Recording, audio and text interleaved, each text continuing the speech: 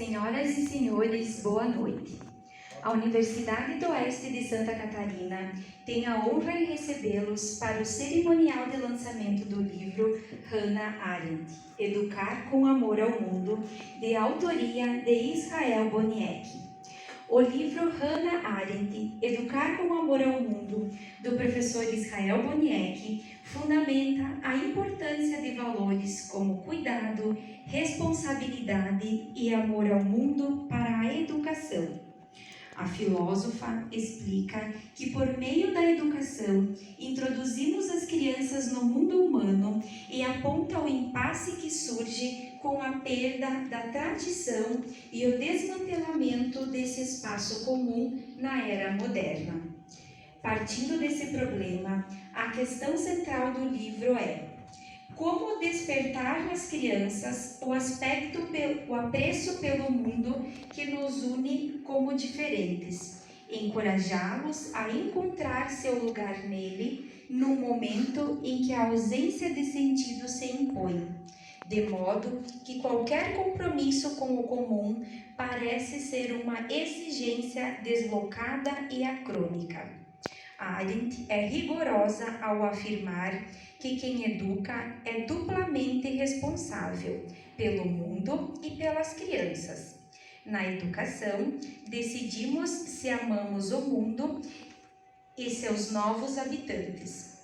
Recorrendo a diversos conceitos de Arendt, o livro aborda a difícil tarefa educativa de acolher os jovens no mundo, demonstrar-lhes que, apesar de este lugar estar fora dos eixos, ainda vale a pena apostar nele, e de encorajá-los para que, por sua vez, estabeleçam seu vínculo singular com esse espaço comum e seu legado, pelo qual futuramente serão responsáveis. Sejam todos bem-vindos.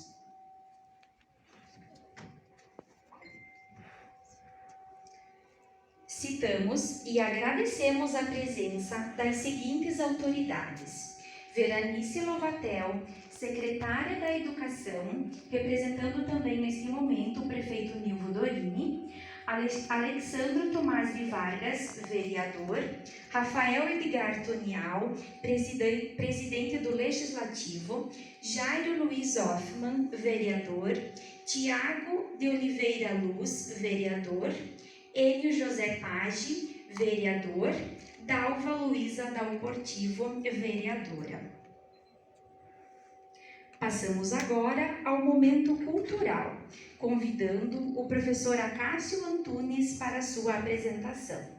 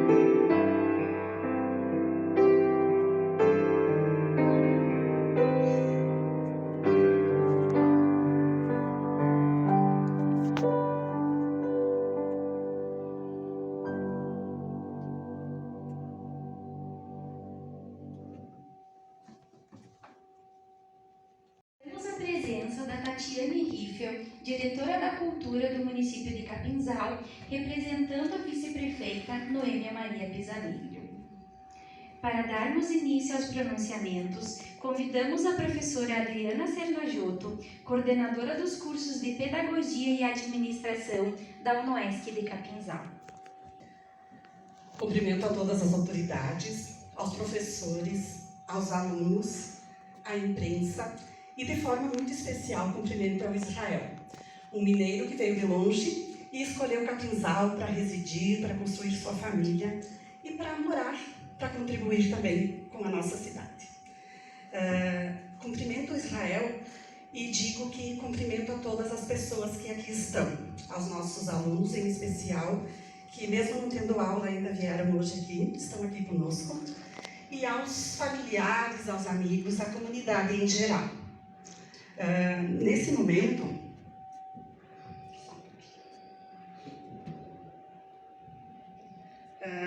ficamos bem honrados, ficamos felizes pelo Israel ter escolhido mais uma vez a UNOESC para o lançamento de uma nova obra.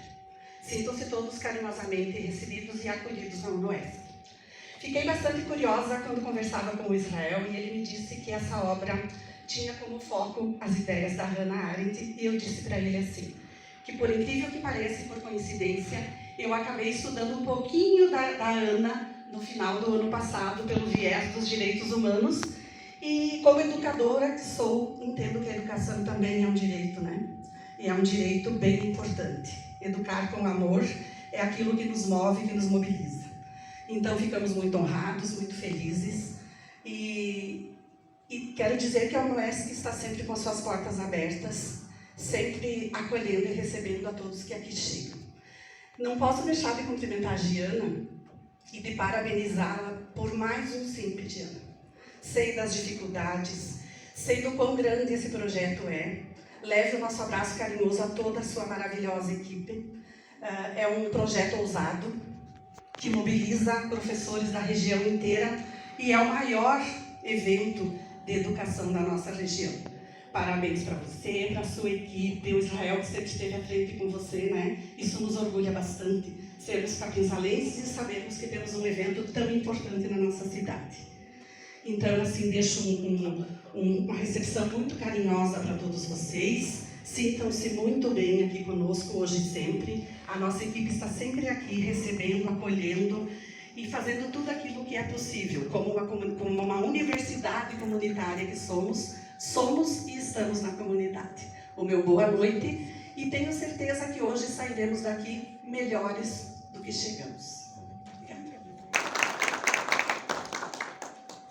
Com a palavra agora, a diretora da Escola de Educação Básica Mater Dolorum, organizadora do Simpósio em Educação, SIMP. Boa noite a todos. Quero inicialmente cumprimentar a Adri, a professora Adriana, agradecer mais uma vez pela parceria, mais uma vez pelo acolhimento, pelo carinho, e pelo olhar respeitoso que você tem para com a educação e para com os educadores. Tenho a certeza que só assim nós conseguiremos mudar uma história. Só assim, Adri, nós vamos fazer a diferença. E aí, desta maneira, cumprimentar a todos os presentes de maneira muito carinhosa, todas as autoridades já citadas pelo protocolo, não gosto muito de um protocolo formal, né? Então, estender o meu carinho a toda a nossa família Mater Dolorum que está aqui, a todas as autoridades em educação que estão aqui também, e um carinhoso e respeitoso, né, boa noite aos estudantes da educação, os nossos futuros colegas e futuros professores. Dizer que é uma honra, Adri, iniciar o SIMP, a nossa antiga Semana Pedagógica, num terreno frutífero, né? Aqui é chão de construção da educação. Então é uma honra grandiosa para nós estarmos na nossa universidade, uma universidade que também foi uma luta para estar aqui e para continuar. E sei da tua batalha também para que isso prossiga bem. dizer que o SIMP foi iniciado em 2011, sim, no ato de ousadia, mas com a ideia desta linda criatura que está aí do outro lado, né? Nós tínhamos o curso de magistério e nós estávamos num momento crucial naquele ano, no momento em que nós atravessávamos uma greve no estado de Santa Catarina, porque para que nós pudéssemos então incentivar os nossos profissionais da educação e motivá-los a persistir na profissão professor, o Israel chega com uma ousadia, né? Vamos fazer uma semana pedagógica e vamos trazer Open House para Capinzal. Achei que fosse uma piada no momento, né? Porque trazer um renome da educação nacional no nosso pequeno e minúsculo município, né? Como faríamos isso? E quando ele me falou quanto é que custava, então, aí eu disse, então ele está brincando mesmo, vou para casa, né? Esquecemos isso. Mas não era brincadeira, né? Ele conseguiu fomentar em nós o sonho e a ousadia em fazer isso. E como você relatou, nós transformamos de 2011 para cá esse evento num dos maiores eventos também de Santa Catarina na modalidade de formação para educadores.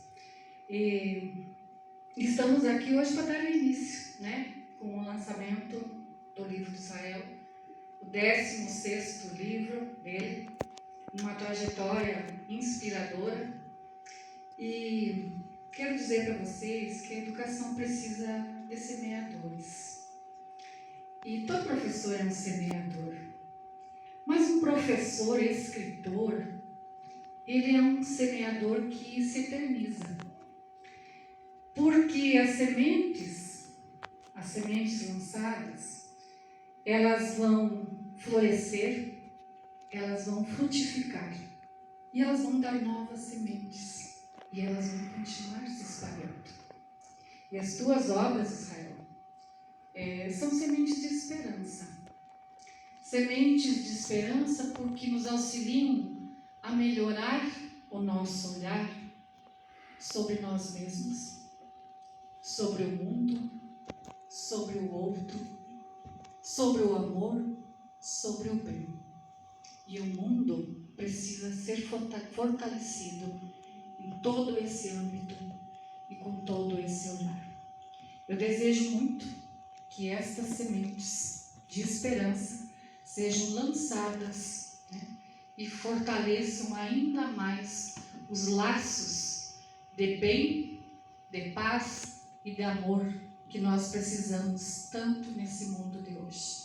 Que nós tenhamos uma boa noite e aguardamos todos vocês amanhã na sequência do SIMP, no Centro São Francisco de Assis, Centro Social São Francisco de Assis. Não foi fácil esse ano, né? A gente que acompanhou, Tiago, obrigado ali pela parceria. Nós tivemos muita dificuldade em conseguir o local, mas estamos bem alojados e amanhã, chova ou faça sol, o SIMP estará lá, com 5 palestras durante todo o dia e finalizando com o show dos meninos, né, conterrâneos do Johnny Banana, num tributo ao professor. Então estão todos convidados e que nós tenhamos agora uma palavra de esperança, de amor, de cuidado. Muito obrigada. Para o seu pronunciamento, a secretária da Educação, Veranice Lovatel, nesse ato representando o prefeito Nilvo Dorini. Boa noite a todos. Em especial, né, quero cumprimentar aqui o Israel, né, por mais esta obra, né, em nosso município, lançando aqui, né, nesta noite. Em meu nome, em nome da administração, parabenizo ele por mais esta obra e acredito que nós precisamos sim, como a Giana falou, lançar sementes e se a gente não semear hoje, a gente não colhe amanhã. E a educação precisa de livros, muitos livros. Numa era de tecnologia, em que a gente vê a maioria dos jovens imersos e que a tela está aprendendo demais algumas conexões, não deixando que às vezes ele pense de maneira livre, né? Então a gente precisa sim de novo voltar o nosso olhar para a escrita, para a literatura, para novos olhares, para que a gente não perca isso. né, que eu acho que a leitura é fundamental e que qualquer pessoa que lê muito, que busca muito, ela tem uma autonomia que ela não teria em outro lugar. Então, o que nos forma, o que nos faz também crescer cada vez mais é a leitura. A gente vê muitos jovens autodidatas em várias situações, mas por quê? Ou pessoas ou adultos, por que são autodidatas, né? A maioria buscou isso na leitura. Quantos e quantas pessoas que a gente olha do passado também, que não foram para a escola, mas que se tornaram escritores, pessoas, né, que tiveram isso dentro de si, por causa da leitura. No passado, quantas pessoas tinham biblioteca em casa? Né? E essas pessoas são os que hoje deixaram sementes. Né? Dr. Vitor Almeida, pessoas assim que deixaram sementes na nossa história e registraram. Porque às vezes a gente tem muitas ideias, mas a gente não registra. E a capacidade de registrar merece o nosso aplauso, merece a nossa admiração, porque você coloca nas palavras aquilo que vai ficar eternizado mesmo num livro.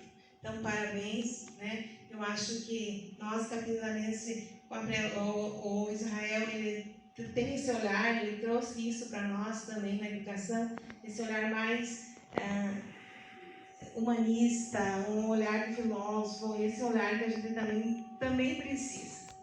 Né? Então, eu parabenizo, né, aplaudo essa iniciativa, admiro as pessoas que têm essa capacidade de escrever e de registrar e colocar aquilo que pensa com palavras. Então, alguns, não todos os livros, mas muitos dos livros que o Israel escreveu também para nossas crianças, né, que a gente tem nas bibliotecas escolares, fazem isso também, esse pensar, traz essa coisa do pensar. Então, parabéns, e a gente acredita muito na leitura, tanto é que a gente já está programando para esse ano também uma nova jornada. Hoje a gente estava planejando, inclusive, como fazer uma nova jornada de literatura para os nossos crianças e adolescentes. Então, a gente já está planejando para setembro realizar uma nova jornada. Então, acho que a leitura, o livro, a história, o contar, o trazer isso, que às vezes fica esquecido, né? Trazer isso nos nossos dias hoje é fundamental. Numa época em que a tecnologia, em algumas partes, está fazendo mal. Em muitas coisas, a tecnologia vai trazer consequências negativas, principalmente para as crianças que ficam muito tempo em frente às telas. Tá? O computador, o celular, a gente está vendo, ele é uma ferramenta ótima, mas ele vai trazer alguns malefícios para essa geração, infelizmente. Tá? Então, em nome de todos da administração e em meu nome, parabenizo ao Israel e a todos aqui os presentes, e a gente, mais uma vez, fica agraciado e feliz com esta nova obra. Parabéns. Convidamos neste momento o senhor Rafael Tonial, presidente da Câmara Municipal de Vereadores de Capinzal.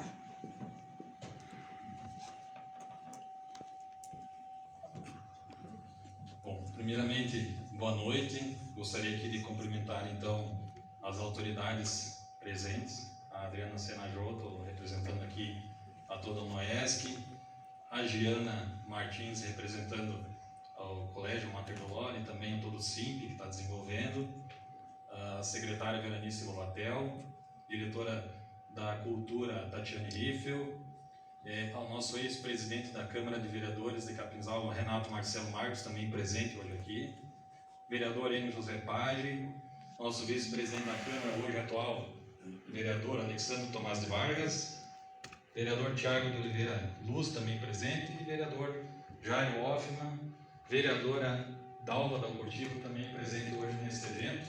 Cumprimentar em especial aqui a todos os professores, a todos os estudantes, alguns ex-professores meus aqui, como Praga está aqui, obrigado. Meu ex-professor, a Nária, que trabalhamos juntos também, está aqui. Talvez tenha mais algum que eu não esteja vendo, mas são meus ex-professores. É tão bom a gente rever isso e reviver isso. Mas, em especial, cumprimentar o Israel Boneck, que hoje lança mais seu 16º livro, Educar com Amor ao Mundo. Sem dúvida nenhuma, não poderia ser diferente o título. O Israel é uma pessoa que trabalha com nós, nosso assessor lá na Câmara, mas também uma pessoa que, mais do que um assessor, ele é um aconselhador. O Israel, a gente tem assim um carinho muito especial pelo Israel, e com ele a gente consegue muitas vezes tirar dúvidas, sanar problemas, acalmar situações, porque ele é um exemplo de paz, um exemplo de conhecimento, uma pessoa que consegue com palavras colocar ela nos seus devidos lugares e resolver situações que às vezes seriam situações que não se resolveriam se não tivesse aquela palavra certa naquele momento certo. Foi nosso secretário da Educação aqui no município de Capinzal, um grande secretário, fez um trabalho fantástico e a gente lembra disso, não poderia deixar de falar, porque fez um trabalho formidável para Capinzal. Então, em nome do Poder Legislativo de Capinzal, quero desejar muito sucesso e dizer que se hoje você está tendo esse sucesso é porque realmente você merece. Colocar em palavras o teu conhecimento a cada vez que você lança um livro, para nós aqui do município de Capinzal é um orgulho, porque isso só nos engrandece Capinzal, engrandece a nossa região. Parabéns, sucesso e muito obrigado. Para fazer o lançamento do livro Hannah Arendt, Educar com Amor ao Mundo, convidamos o Sr. Israel Boniek.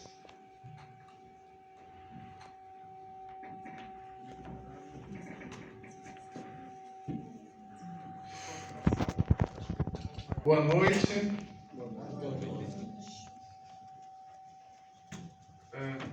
Para mim é uma satisfação e uma alegria retornar aqui na UNOESC, para mim uma oportunidade tão cara que é o lançamento de mais um livro. Fico feliz em rever e ver a cada um de vocês. Eu havia comentado com a Giana, a gente vai fazer uma coisa bem simples e inclusive eu convidei poucas pessoas e eu vejo que praticamente todas que eu convidei estão aqui, então isso para mim me deixa ainda mais feliz. Quero cumprimentar a Adriana e em teu nome cumprimentar os professores, os profissionais aqui da UNOESC que nos recebem aqui com tanto carinho, né? Sou grato por essa oportunidade, né? E a universidade tem sempre um papel fundamental em toda a sociedade, né? Nas universidades mais antigas do mundo, a região da Bolonha, por exemplo, na Itália, era comum que na porta das universidades tivessem grandes esculturas de mármore no formato de leões, né? Para dizer que diante da universidade todo poder cessa, que ela tem um poder autônomo, porque ela trabalha com conhecimento. Então, acho que esse espaço é um espaço privilegiado, que a gente tem que honrar. Então, muito obrigado. Quero cumprimentar a nossa secretária de Educação e, em teu nome, cumprimentar todos os profissionais da educação. Eu acho que é importantíssimo que, nesse momento, a gente pare para pensar a educação. E hoje a educação de Capinzal é uma educação que tem se construído como referência. E é importantíssimo que a gente reconheça todo o trabalho que vem sendo feito. Quero cumprimentar a Tati também. Cumprimentar o Rafael, que é o nosso presidente da Câmara, e todos os vereadores que vieram. Muito obrigado pela presença. A gente trabalha junto ali, né, Felipe? E então eles são suspeitos aqui de tudo que eles falaram. O Rafael, que ele falou, não vão acreditar, não. Né? A gente se pega, essa é a verdade. Cumprimentar a Giana, batalhadora aí, na 11ª edição do SIMP, né? Esse simpósio que é construído a muitas mãos e tem um trabalho muito grande por trás, com toda a equipe do Mater Dolorum, né? A escola que me acolheu quando cheguei aqui em Capinzal, né? Isso há 12 anos vai se fazer, né? Porque são 11 edições do SIMP e um ano nós não tivemos o SIMP.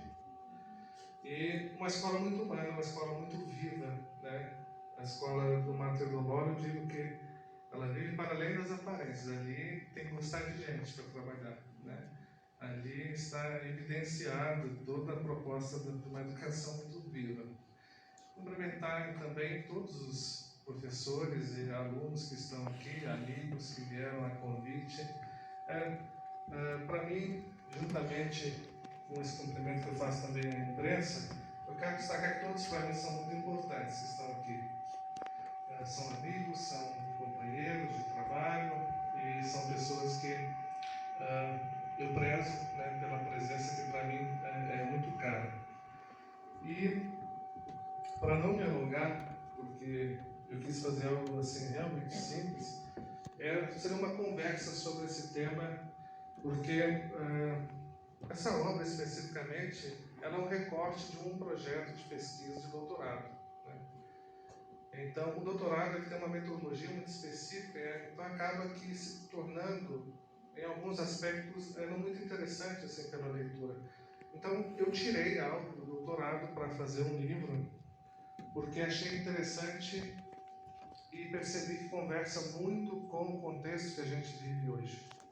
E daí nasceu esse livro, né, que é Hannah Arendt, Educar com Amor ao Mundo. Eu vou passar alguns slides, porque eu acho que o ser humano ele vive de múltiplas linguagens, né? Então eu acho que os recortes que a gente vai ter aqui podem nos auxiliar então na reflexão que eu quero fazer.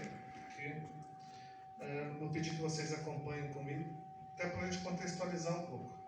Então essa é a Hannah Arendt, ela é alemã, da cidade de Hannover, e é uma filósofa da política, uma cientista política. Ela é judia e experimentou, em meados do século passado, a barbárie da Segunda Guerra Mundial, porque é uma judia vivendo na Alemanha. Como mulher, como filha de uma mulher que também era uma batalhadora e de uma família que a gente pode considerar muito erudita, mas que, do ponto de vista humano, pôde enxergar ainda mais a profundidade da barbárie da guerra. Então, ser mulher judia na Alemanha durante a Segunda Guerra Mundial e construir o pensamento que a Hannah Arendt construiu é algo impressionante. Arendt é hoje uma das filósofas mais lidas no mundo e ela conquistou isso. No Brasil, a gente tem pouco produzido acerca dela, tem poucos artigos e livros traduzidos, mas no mundo inteiro já é reverenciada como uma das grandes cientistas políticas da história. E talvez por ter passado os experimentos da barbárie e da guerra tenha condições de produzir também um pensamento profundo. Porque isso é meio dialético. Quem vive muito na superficialidade da vida, geralmente tem dificuldade de produzir algo profundo. Agora, quem enxerga a vida pelo lado do avesso, pelo lado de dentro, se é que a gente pode usar essa metáfora, tem condições de dizer algo um pouco mais relevante. E a Arendt, além de tudo isso, fez profundas reflexões acerca do totalitarismo, porque ela foi, de certa forma, vítima disso. E quando a gente quer pensar aqui, refletir com vocês, enxergar o totalitarismo como um sistema, né, caracterizado então pelo domínio absoluto de uma pessoa ou partido político sobre uma nação. Mas o absolutismo, que já existiu, por exemplo, na Idade Média, tinha algumas características próprias, mas dentro da perspectiva totalitária, isso assume uma nova perspectiva, né? Porque esse tipo de poder, então, controla todos os aspectos da vida pública e da vida privada. Então, quando a gente enxerga e fala sobre totalitarismo, isso parece muito distante da gente. Mas é algo que está muito próximo, que a humanidade viveu há tão pouco tempo e trouxe consequências gravíssimas. Eu tenho uma imagem, por exemplo, aqui, que é a mais historicamente marcante, né? Que é a queima de livros pelos nazistas em 1933. Lembro que nessa época Freud falou uma frase muito interessante, que ele dizia: se eu fugir daqui, porque hoje eles estão queimando os livros, amanhã eles vão queimar as pessoas, e isso tomou proporções muito maiores, né? Isso a gente está falando aí de 8 anos antes da guerra, mas a gente já via a consolidação de um movimento totalitário. Quando eu penso aqui em totalitarismo, pela perspectiva da Arendt, eu estou usando os dois extremos, o extremo do comunismo como o extremo do nazismo, por exemplo. Ela aproxima o comunismo do nazismo porque são dois opostos extremos. Os dois são totalitários quando são utilizados como uma ideologia totalitária, né? Então é que eu não estou fazendo a acepção, eu estou simplesmente trabalhando com as conclusões disso. E aí ela faz algumas observações interessantes. Primeiro, que é desconcertante no sucesso do totalitarismo o altruísmo dos seus adeptos. Percebe-se que como existe por parte dos movimentos totalitários um grupo específico de pessoas com muita força para agir, com muito empenho, que defende aquilo com todas as forças, de certa forma é um altruísmo mesmo, né? Um voluntarismo acerca dessa defesa. Eu citei o absolutismo. Na época dos reis absolutistas, existia um questionamento interessante, que se questionava, por exemplo, se o rei absolutista era um só, como é que ele poderia ter um domínio sobre todo o seu império, né? E é interessante a gente pensar que ele tem os seus representantes, né? Ele não está em todos os lugares, mas ele tem quem está. E esse altruísmo presente que de certa forma fortalece esses movimentos, né? E a Hannah Arendt, ela ficou muito conhecida porque a Arendt sai da Alemanha, passa pela França e vai parar nos Estados Unidos, né, fugindo da guerra. Ela vira uma professora universitária, mas ela vai ficar conhecida num episódio chamado O Julgamento de Eichmann, famoso Eichmann em Jerusalém. O Eichmann foi um general de alta patente nazista, responsável pela morte de mais de 700 mil judeus. Mas tem um detalhe: ele não estava na câmara de gás, ele não estava no serviço braçal, ele estava na mesa carimbando e destinando para onde essas pessoas iam morrer. Ele era um burocrata por excelência. E ele foge da Alemanha no final da guerra e ele é pego na Argentina. Então é um episódio da história importante, porque ele é encontrado na Argentina e é levado para Jerusalém para ser julgado. Então, o jornal New York Times escolhe uma judia filósofa, que é a Hannah Arendt, para ir até Jerusalém cobrir o julgamento de um nazista responsável pela morte do seu próprio povo.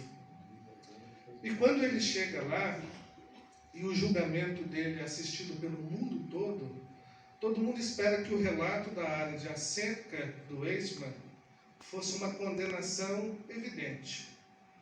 E quando ela começa a ouvir o Eichmann, ela percebe que ele é um excelente pai de família, que ele é um excelente funcionário, que ele é, por excelência, um burocrata, que fazia com excelência a sua função. E é aí que ela percebe que ele não era um monstro que se dizia, que se pensava de um homem responsável pela morte de tantas pessoas. E aí surge um conceito que vai ferir, de certa forma, inclusive a comunidade judia, que é o conceito de banalidade do mal. A reflexão de Arendt vai no sentido de pensar que quando o ser humano abre mão de exercer a sua condição ética, de pensar, de raciocinar, ele, de certa forma, começa a ser refém desse meio que ele vive e começa a viver numa certa superficialidade, ao ponto de que o mal se torna algo banal.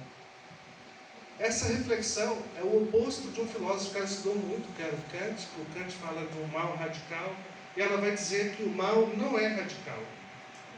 O que é radical é o bem.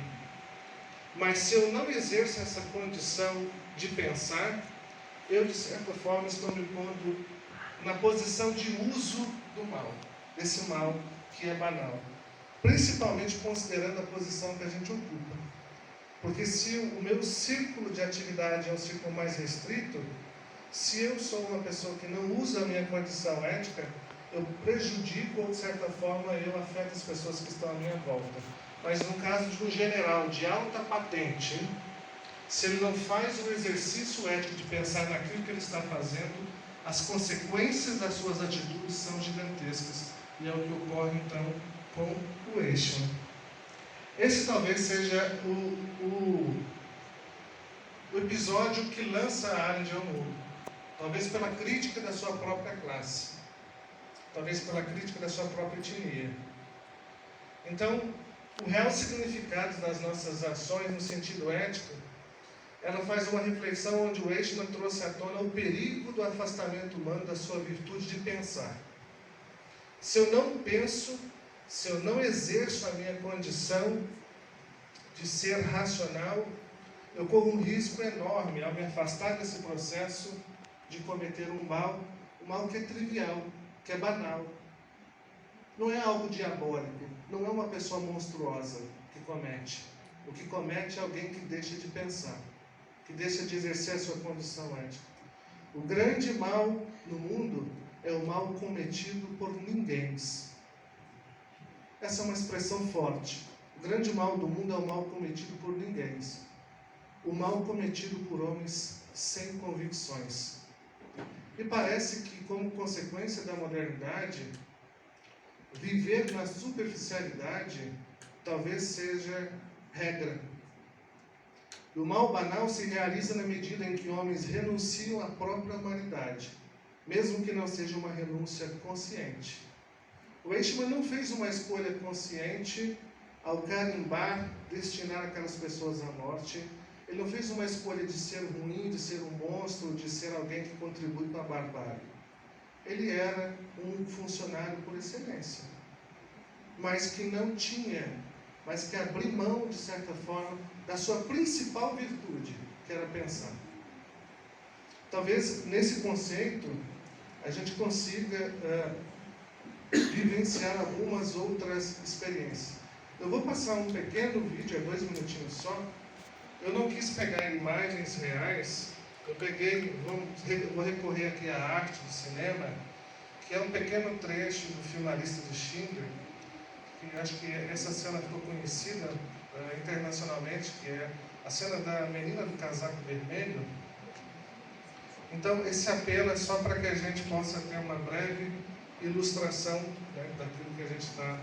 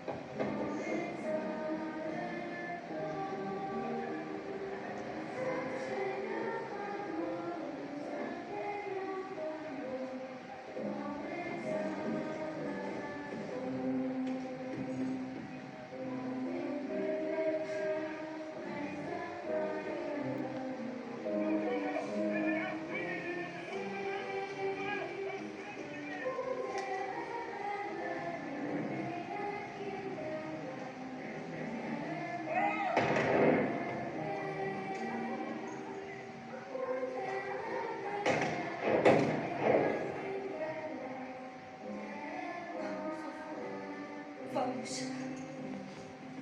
Vamos.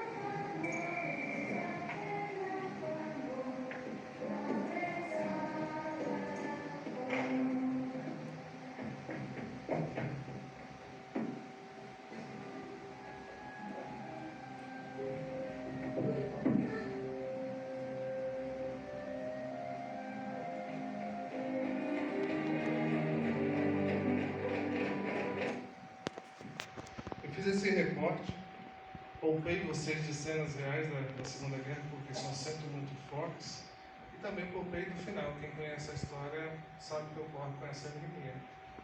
Quando se amontoam os corpos dos judeus, que são levados então para a cremação, a cena passa com os carrinhos de mão, com dezenas e milhares de judeus mortos, e num daqueles carrinhos consegue-se notar que há uma criança com um vestido vermelho.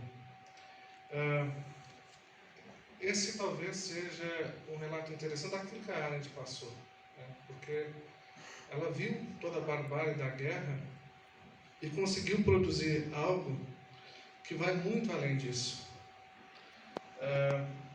As consequências da Segunda Guerra, que parece que a nossa geração mais nova já não conhece mais, são gigantescas. Mas como todo movimento é dialético, né? Ou seja, parece que aquela geração enxergou algo que a nossa geração não enxerga mais, as coisas às vezes têm uma tendência a ser cíclica, né? E voltar. E isso, de certa forma, pensando numa perspectiva dos movimentos totalitários e as consequências disso, né? Arendt faz uma reflexão muito cara, porque ela dá uma entrevista onde ela diz que ela conta que o mundo desmoronou para ela de modo irreparável quando ficou sabendo de Auschwitz. Nas palavras de Arendt, aconteceu algo que não mais poderemos superar. Então, quando ela conhece, quem conheceu a barbárie de Auschwitz, a princípio, ela chega numa conclusão de que o ser humano não tem mais solução. Ele chegou no seu ponto mais baixo, né? Ele realmente abriu mão da sua humanidade. Mas ela consegue ressignificar a sua própria trajetória e produzir uma das filosofias mais bonitas do mundo, que a gente pode considerar assim. Mas ela não deixa de evidenciar, né, uma diferença que é a banalidade do mal, que consiste na incapacidade de reflexão e crítica. É um automatismo. Viver sem refletir, sem exercer a nossa condição primária básica. E mais do que isso, né? Talvez uma das consequências mais graves da era que a gente vive na superficialidade é a falta de memória, a falta de raízes, a falta de história. A Alemanha aprendeu muito com a Segunda Guerra Mundial. Quem vai na Alemanha hoje vai perceber o quanto a Alemanha investiu em museus, em monumentos, nas praças, em todas as cidades que tiveram cenários de guerra, porque existe um conceito do Walter Benjamin que diz que memória também é justiça. Então, quando você vai na Alemanha e tem os museus do Holocausto e assim por diante, na Polônia, esse é um dos exemplos, né? Aqui nós temos o Memorial do Holocausto em Berlim, isso é um monumento, para vocês verem a dimensão de uma pessoa deitada ali embaixo. Essa é a condição básica para que a gente não repetisse as coisas. Mas hoje a gente parece que perdeu a nossa estrutura, as nossas raízes, as nossas bases. Quando você vai na Alemanha e se confronta o tempo todo, em todas as cidades, com esses memoriais, com museus, né, você, de certa forma, está diante de algo que você não pode esquecer. E isso está no país que foi precursor de todo o processo que é a Alemanha. E às vezes nós, distantes desse processo, a gente não consegue compreender o quanto isso é importante. Talvez porque a gente vive hoje uma época que a gente chama de pós-verdade. A gente vive numa situação tão difícil no mundo hoje, onde tudo é questionado e questionável, mas esse questionamento vem de uma forma cega. A gente caracteriza como pós-verdade aquilo que denota circunstâncias nas quais fatos objetivos têm menos influência em moldar a opinião pública do que os apelos à emoção, às crenças pessoais e assim por diante. Hoje você prova por A mais B, às vezes com a ciência, assim por diante, mas tem gente que tem coragem contra isso. E a Arendt fala sobre a solidão organizada das massas, que foi o movimento que precedeu a Segunda Guerra Mundial. A queima de livros, o questionamento da ciência. E hoje, quando ela fala da solidão organizada, quem é mais organizado que a solidão hoje, quem vive às vezes atrás de um computador, se sente um super-homem. Existe um batalhão de pessoas que, de certa forma, solitárias, desfrutam de uma mesma posição, questionando, por exemplo, tudo aquilo que já foi produzido e que, de certa forma, tem critérios para ser apresentado. E aí a gente vive numa condição difícil. E a Hannah Arendt diz que essa condição é uma ameaça àquilo que ela chama do espaço público. Esse termo lindo, esse espaço entre, que para a Arendt é algo fundamental. Porque quando a gente se senta à mesa, a mesma mesa que nos separa é a mesa que nos une. Mas essa mesa, ela é a garantia da diversidade, ela é a garantia do espaço público, ela é a garantia da pluralidade. Quando essa mesa não existe, quando esse espaço não existe mais, ela chama de o crescimento do deserto. Porque o deserto ele tem algumas características e ele é o oposto à dimensão do desenvolvimento da humanidade. Mesmo que no deserto haja alguns oásis, eles são ameaçados constantemente pela areia do deserto. E essa desertificação é justamente a ameaça do espaço público. Por isso a importância da gente defender a educação pública de qualidade. A gente não pode, de certa forma, desprezar isso. Porque quando o espaço público por excelência está sendo questionado, e hoje a gente ainda vê isso, né? A gente fala em homeschool e assim por diante, mas essas ameaças são perigosas quando a gente, de certa forma, está produzindo na nossa sociedade um efeito a partir da própria educação. E essa solidão organizada das massas é o efeito, ou melhor, isso ocorre quando nós deixamos de exercer a nossa consciência ética, a nossa criticidade. Porque aí nós somos facilmente manipulados. Vai acontecer esse altruísmo de um exército de pessoas anônimas defendendo causas absurdas. E isso é algo que a gente pode aceitar ou pode questionar. E aí é que Arendt entra, porque Arendt afirmava que é fundamental que o ser humano se sentisse em casa no mundo. E esse se sentir em casa como uma postura ética. Né? Eu escrevo aqui no final do livro que, ao afirmar que a educação é o ponto que decidimos se amamos o mundo bastante para assumirmos a responsabilidade sobre ele. Né? Então, quando a gente pensa em educação, que tipo de semente a gente está lançando, né, ao refletir sobre isso? E a Arendt tem uma contribuição interessante, porque ela vai falar sobre a responsabilidade e cuidado. É fundamental que cada um de nós, no tempo que a gente vive hoje, nós não temos o direito de sermos neutros. Toda postura neutra de quem trabalha com a educação é uma postura de quem permite o desenvolvimento de um cenário que possa lançar sementes aí que contribuam para uma nova barbárie e assim por diante. Então, quando ela pensa na ética, ela primeiramente ela cita a dimensão do cuidado e da responsabilidade. Do cuidado para com esse mundo e da responsabilidade para com esse mundo. E isso por via da educação. É nossa responsabilidade contagiar as crianças com amor ao mundo. Porque quando a gente fala que educar é uma missão, a gente sabe que ter a educação como missão não paga o salário do educador.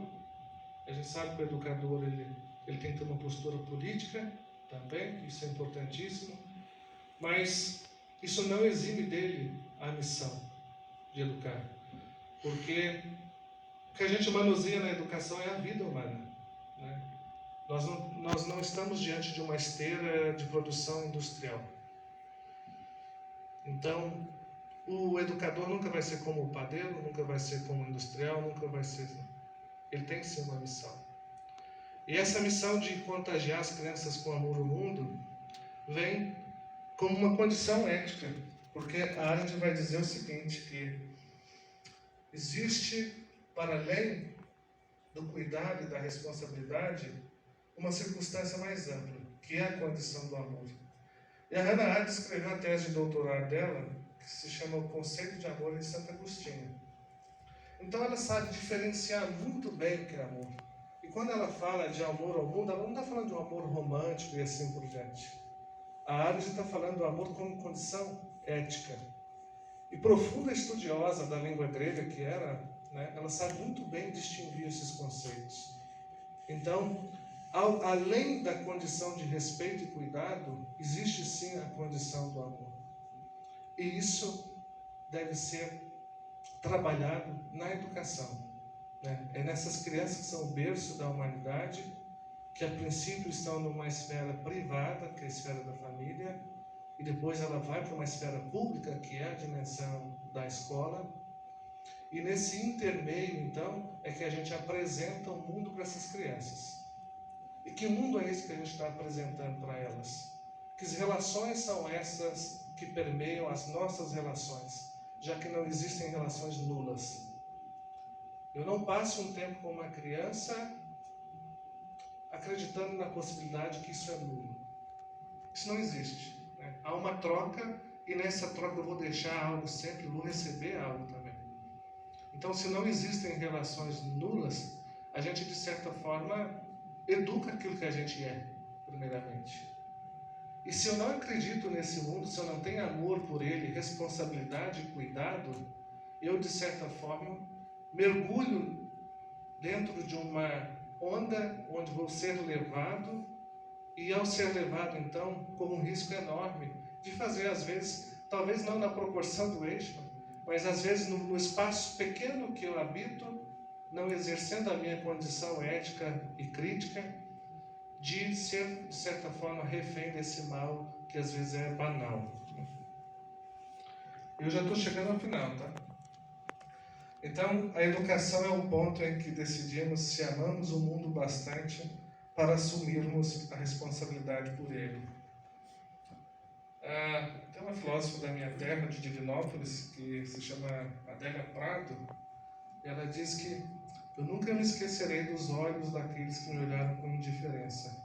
Eu era criança, não era tola. Eu sei quem me olhou do jeito certo. Eu sei quem me elegeu. Eu sei quem me tirou do anonimato. E essa poesia é profunda, e a Arendt tem inúmeras expressões parecidas com isso. E a Arendt tem algo que na educação para mim parece muito caro, que é a dimensão de contar histórias. A Arendt fala da possibilidade de ressignificar a história a partir de contar histórias. Talvez como justiça também, talvez pela via da memória. Mas é interessante a gente reconhecer que quando eu coloco um título desse, como Educar com Amor ao Mundo, uma palavrinha como essa que é usada para tanta coisa, né? Porque a nossa língua, em termos conceituais e semânticos, ela é um pouco fraca, né? Amor é utilizado para tanta coisa, mas ela utiliza por uma nova perspectiva. Ela utiliza como condição ética. condição ética que a gente deve exercer na educação. Educação como um termo amplo aqui. Porque a educação não é um processo vaidoso de transmissão de conhecimento sistematizado historicamente. Não, isso é fundamental, isso é importante. Mas a educação trabalha com a essência do ser humano. E quando a gente pensa nesses que estão chegando no mundo, que é quando ela fala da natalidade, né, a gente tem que compreender que uma infância ela se espalha pela vida toda, por aquilo que a gente é. E quando a gente cuida nas relações para que os valores que a gente tanto requer para a nossa sociedade sejam cultivados, a gente está plantando uma semente, né? Aquilo que a nossa secretária havia falado aqui também, a importância da gente plantar sementes, né? Então, o exercício da condição, da responsabilidade, do cuidado e do amor na educação pode plantar uma semente que seja talvez a condição do nosso futuro. Porque se a gente não exercer essa condição racional, crítica, ética, que é própria do ser humano, a gente corre um risco enorme de estar sendo aí como voluntários de um mal que é banal. A Arendt, quando olhou para o Eichmann, quando ouviu ele falando, quando ele deu depoimento, quando ele fez a sua própria defesa, ela conseguiu ver que ele era um bom pai de família, que ele era um excelente funcionário diante da patente que ele tinha, mas que ele não fez exercício da sua condição ética ao destinar as pessoas para a morte através da barbárie. Isso teve proporções gigantescas. Mas quando a Arendt também fala que o grande mal que afeta a humanidade são o mal cometido por ninguém, ela está falando de mim, está falando de você e está falando dela. Ela está falando que se você não exercer essa condição de pensamento, você pode estar exercendo esse mal de ninguém, né? Você pode estar fazendo parte dessa solidão organizada das massas. Então, agradeço a oportunidade de ter vocês aqui me ouvindo, né, com atenção. Essa seria a minha reflexão. É um livro simples e espero que vocês tenham gostado. Uma boa noite a todos e muito obrigado.